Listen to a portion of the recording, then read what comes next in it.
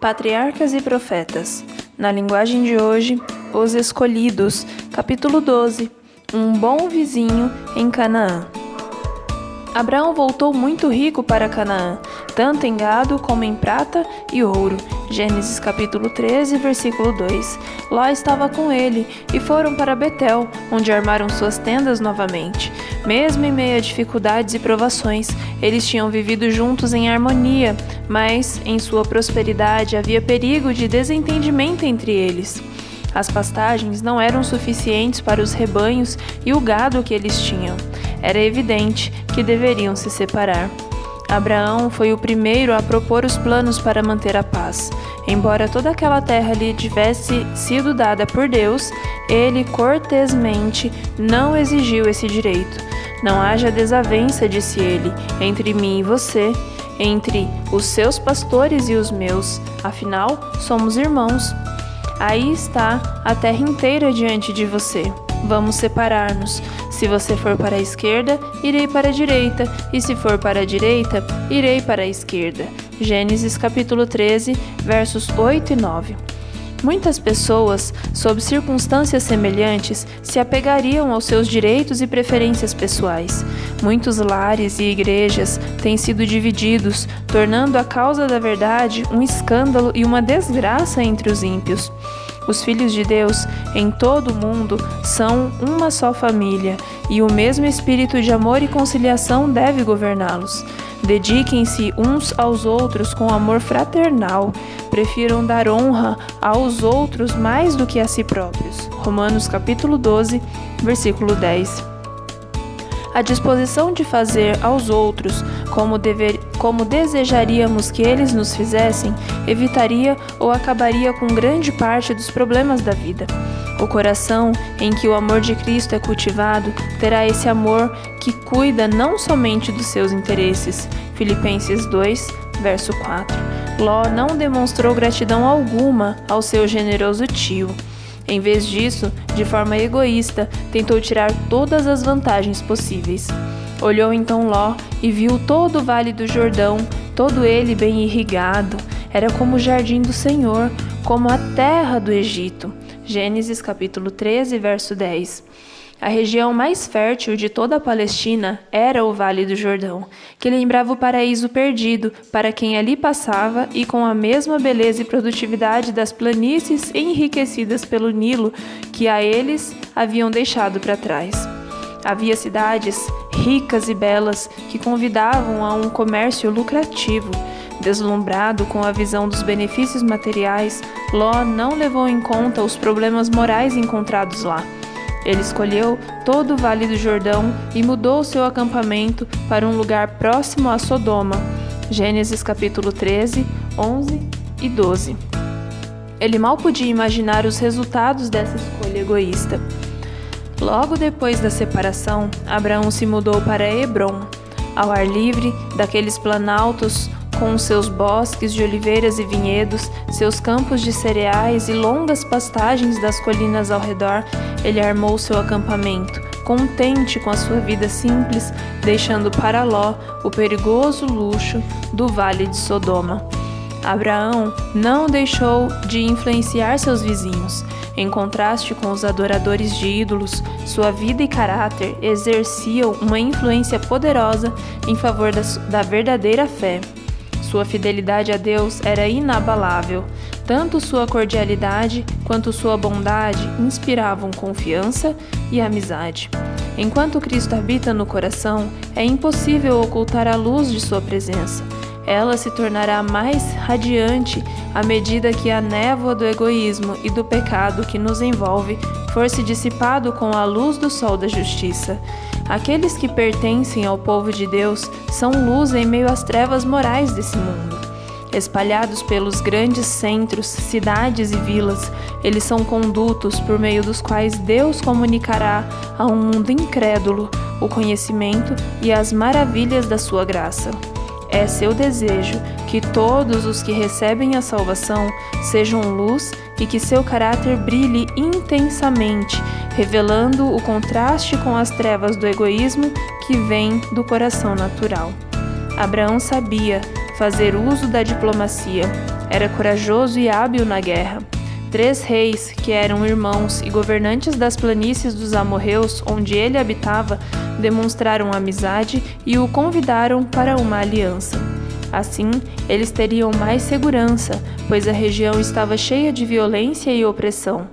Logo surgiu a ocasião em que Abraão teve que solicitar a ajuda dessa aliança. Resgatado por Abraão. Quedorlaomer, rei de Elão, tinha invadido Canaã alguns anos antes, tornando os cananeus sujeitos a ele. Vários de seus príncipes se revoltaram e o rei elamita marchou novamente contra o país para conquistá-lo. 5 reis de Canaã lutaram contra os invasores, apenas para serem completamente derrotados. Os vitoriosos saquearam as cidades da planície e partiram com um rico despojo, além de muitos cativos, entre os quais estava Ló e sua família. Um dos cativos conseguiu escapar e, por meio dele, Abraão soube do que tinha acontecido com seu sobrinho. Toda a sua afeição por ele foi despertada e Abraão decidiu resgatar a Ló. Antes, porém, ele buscou o conselho divino e depois, só depois, Abraão se preparou para a guerra. Convocou 318 servos do seu acampamento, homens ensinados no temor de Deus, a serviço do seu Senhor e que sabiam usar as armas. Seus aliados, Manre, Escol e Aner, uniram-se a ele e juntos partiram em perseguição aos invasores. Os elamitas estavam acampados em Dan, na fronteira ao norte de Canaã. Orgulhosos e entusiasmados com a vitória, entregaram-se às orgias. Abraão se aproximou do acampamento à noite. Seu ataque extremamente forte e inesperado concedeu a ele uma rápida vitória. O rei de Elão foi morto e seu exército, tomado de pânico, fugiu derrotado. Ló e sua família, com todos os prisioneiros e seus bens, foram recuperados, e os ricos despojos dos inimigos passaram para as mãos dos vitoriosos. Abraão não somente prestou um grande serviço ao país, mas mostrou ser um homem de valor. Todos viram que a religião de Abraão lhe deu coragem não apenas para ficar do lado que era direito, mas para defender os oprimidos. Quando voltou, o rei de Sodoma saiu ao seu encontro para honrar o vencedor, pedindo que lhe devolvesse apenas os prisioneiros. Os despojos pertenciam aos vencedores, mas Abraão se recusou a tirar vantagem dos desafortunados e solicitou que os aliados recebessem a parte a que tinham direito.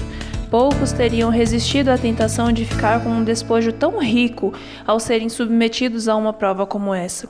O exemplo de Abraão é uma reprovação aos ambiciosos e egoístas. De mãos levantadas, disse ele: ao Senhor, o Deus Altíssimo, Criador dos céus e da terra, juro que não aceitarei nada do que lhe pertence, nem mesmo um cordão ou uma correia de sandália, para que você jamais venha dizer: eu enriqueci Abraão. Gênesis capítulo 14, versos 22 e 23. Deus prometeu abençoar Abraão e toda a sua glória deveria ser dada a ele. Outro que veio dar as boas-vindas ao vitorioso Abraão foi Melquisedeque, rei de Salém. Como sacerdote do Deus Altíssimo, ele pronunciou uma bênção sobre Abraão e deu graças ao Senhor que trouxe tão grande livramento por meio de seu servo. E Abraão lhe deu o dízimo de tudo. Gênesis capítulo 14, verso 20. Abraão teve medo. Abraão sempre foi um homem de paz, que evitava ao máximo o conflito e a discórdia. Ficava horrorizado quando se recordava da carnificina que havia testemunhado. Os exércitos das nações que ele havia derrotado certamente tentariam uma nova invasão e procurariam se vingar dele. Além do mais, ele ainda não tinha tomado posse de Canaã, nem alimentava mais a esperança de lhe nascer um herdeiro, por meio de quem a promessa fosse cumprida. Em uma visão à noite, ouviu novamente a voz divina: não tenha medo, Abraão, eu sou o seu escudo, grande será a sua recompensa. Gênesis capítulo 15, verso 1. Como iria se cumprir a promessa da aliança se a dádiva de um filho lhe era negada? Ó soberano Senhor, que me darás se continuo sem filhos? Um servo da minha casa será o meu herdeiro. Abraão pretendia fazer de seu fiel servo, Eliezer, seu filho adotivo. Então, obteve a promessa de que um filho dele mesmo seria o seu herdeiro. Foi dito a Abraão que olhasse para as incontáveis estrelas que brilhavam no céu e depois ele ouviu essas palavras: assim será a sua descendência. Gênesis capítulo 15, verso 5. Abraão creu em Deus e isso lhe foi acreditado como justiça. Romanos capítulo 4, versículo 3. O Senhor se dispôs a fazer um concerto com seu servo. Abraão ouviu a voz de Deus lhe dizendo que não esperasse pela posse imediata da terra prometida, apontando para os sofrimentos de seus descendentes antes de entrarem em Canaã. O plano da redenção lhe foi desvendado tanto na morte de Cristo, o sacrifício, como na sua vinda em glória.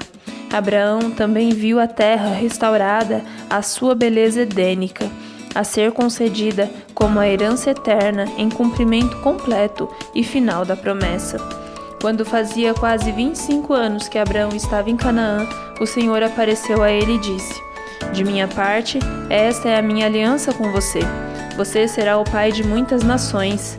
Em sinal do cumprimento dessa aliança, seu nome, que até aquele momento era Abrão, foi mudado para Abraão, que significa pai de muitas nações.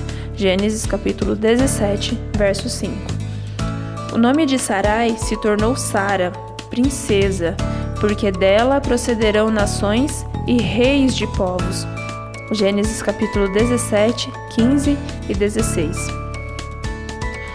Nessa mesma ocasião, o rito da circuncisão foi dado a Abraão para ser observado por ele e seus descendentes como um sinal de que eram separados dos idólatras e de que Deus os aceitava como seu tesouro especial.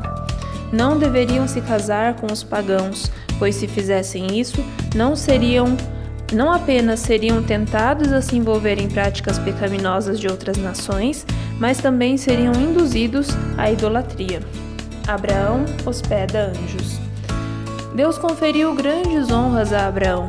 Anjos andavam e conversavam com ele. Quando os juízos de Deus estavam para cair sobre Sodoma, o fato não foi encoberto dele. Abraão se tornou um intercessor diante de Deus pelos pecadores. Em um dia de verão, no calor do meio-dia, Abraão estava assentado à entrada de sua tenda, quando viu de longe 3 viajantes. Antes de chegarem à sua tenda, os estranhos pararam. Sem esperar que lhe pedissem qualquer favor, com toda a cortesia, Abraão insistiu para que lhe dessem a honra de permanecer ali um pouco e tomassem uma refeição. Ele mesmo trouxe água para que pudessem lavar os pés e tirar o pó da viagem. Separou o alimento e, enquanto descansavam em sua refrescante sombra, permaneceu ao lado deles respeitosamente durante o tempo em que comiam e bebiam e o que lhes tinham providenciado. 1000 anos mais tarde, por inspiração, o apóstolo fez referência a esse ato de cortesia. Não se esqueçam da hospitalidade. Foi praticando-a que, sem saber, alguns acolheram anjos. Hebreus, capítulo 13, versículo 2. Abraão viu em seus hóspedes apenas 3 viajantes cansados, não imaginando que entre eles estava um que era divino, sem pecado, a quem ele deveria adorar. O verdadeiro caráter dos mensageiros celestiais foi então revelado. Eles estavam em seu caminho como agentes da ira de Deus. Contudo, para Abraão, eles falaram primeiramente sobre bênçãos. Deus não tem prazer na vingança. Abraão tinha honrado a Deus, por isso o Senhor o honrou, revelando a ele os seus propósitos. Esconderei de Abraão o que estou para fazer? Disse o Senhor. As acusações contra Sodoma e Gomorra são tantas, e o seu pecado é tão grave, que descerei para ver se o que eles têm feito corresponde ao que tenho ouvido. Se não, eu saberei. Deus sabia qual era o pecado de Sodoma, mas ele se expressou em linguagem humana para que sua justiça pudesse ser compreendida. Ele mesmo faria um exame de sua conduta.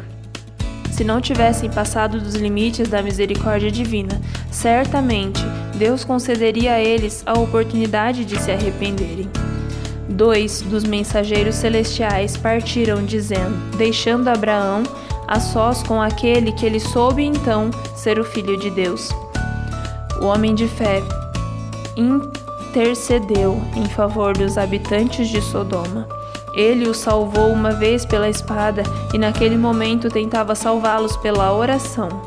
Ló e sua família ainda estavam morando lá, e Abraão procurou livrá-los da fúria dos juízos divinos. Com profunda humildade, ele insistiu em seu pedido. Sei que já fui muito ousado ao ponto de falar ao Senhor, eu que não passo de pó e cinza. Gênesis 18, verso 27. Não reclamava o favor por causa de sua obediência ou sacrifícios que tivesse feito ao cumprir a vontade de Deus. Como pecador que era, rogava em favor do pecador. Mesmo assim, Abraão demonstrou a confiança de uma criança que faz uma súplica ao seu amado pai.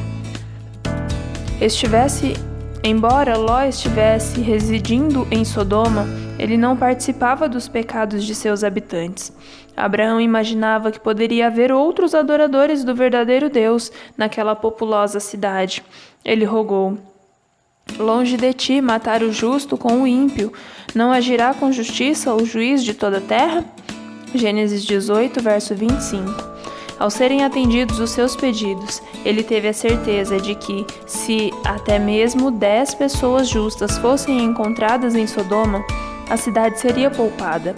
A oração de Abraão por Sodoma mostra que devemos nutrir ódio pelo pecado, mas piedade e amor pelo pecador.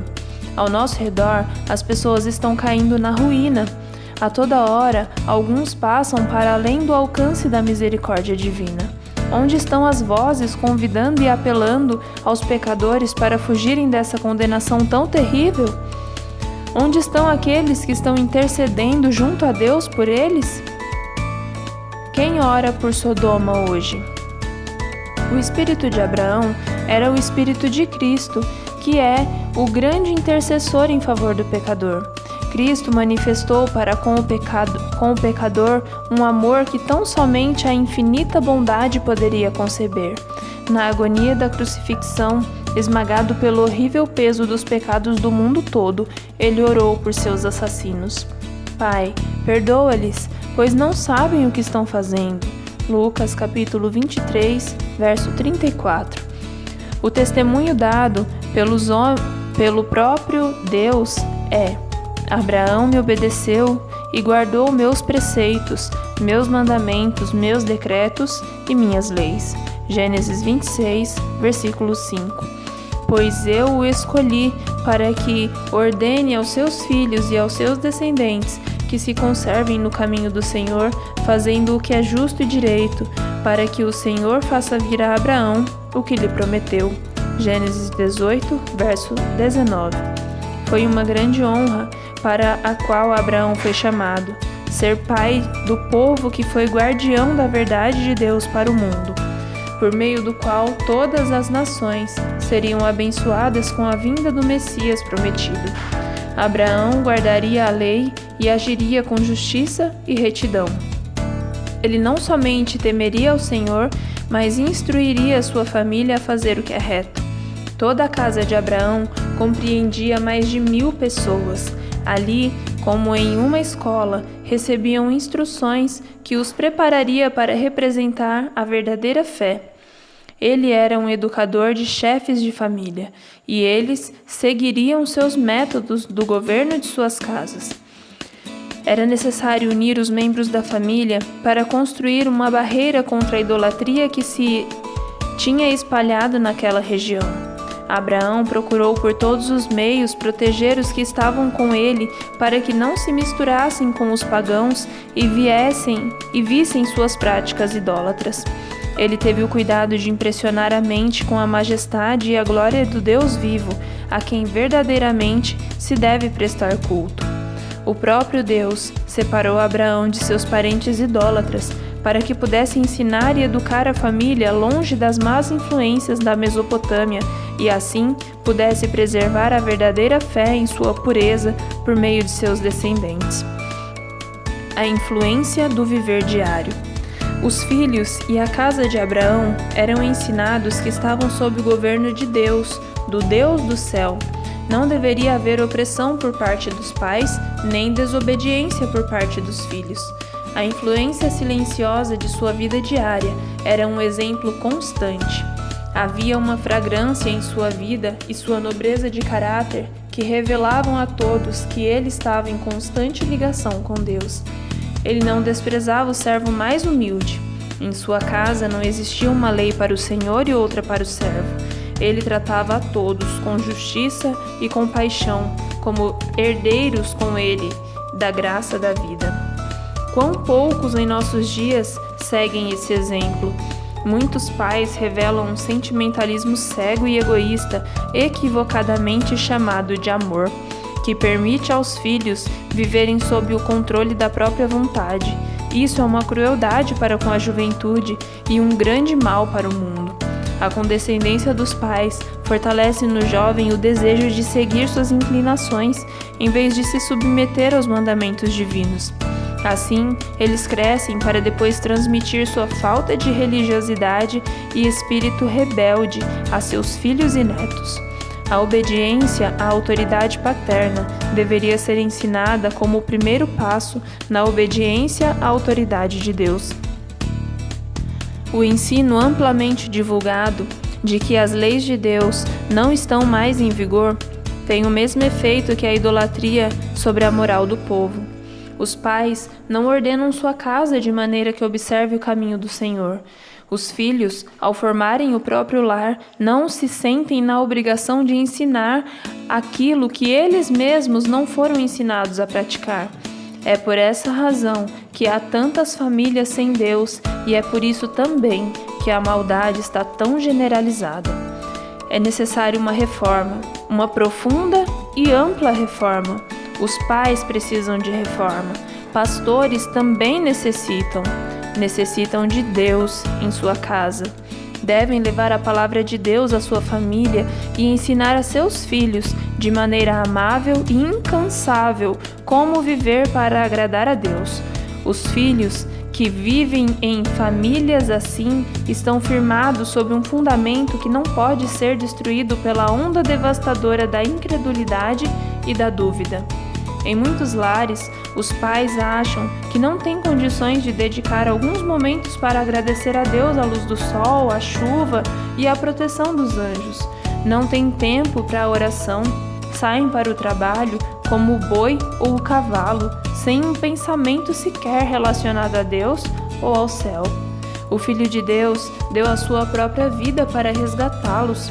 No entanto, eles têm pouco mais apreciação por sua bondade que os animais. Se existia um tempo em que cada casa deveria ser uma casa de oração, esse tempo é hoje. O pai, como sacerdote do lar, deve oferecer a Deus um sacrifício de oração de manhã e à tarde, enquanto a esposa e os filhos se unem a ele em oração e louvor. Jesus terá prazer em permanecer em um lar assim. De todo lar cristão, o amor deve fluir em atos intencionais de bondade, em demonstrações de gentil e abnegada cortesia. Há lares em que Deus é adorado e onde reina o mais verdadeiro amor. Suas misericórdias e bênçãos caem como o orvalho da manhã sobre esses que se curvam humildemente em oração. Uma casa bem ordenada é um poderoso testemunho em favor da religião cristã. Uma nobre influência em atuação da família exerce também sua ação sobre os filhos. O Deus de Abraão está com eles. O Deus do céu fala a todo pai fiel. Eu o escolhi para que ordene aos seus filhos e aos seus descendentes que se conservem no caminho do Senhor, fazendo o que é justo e direito. Gênesis capítulo 18, versículo 19.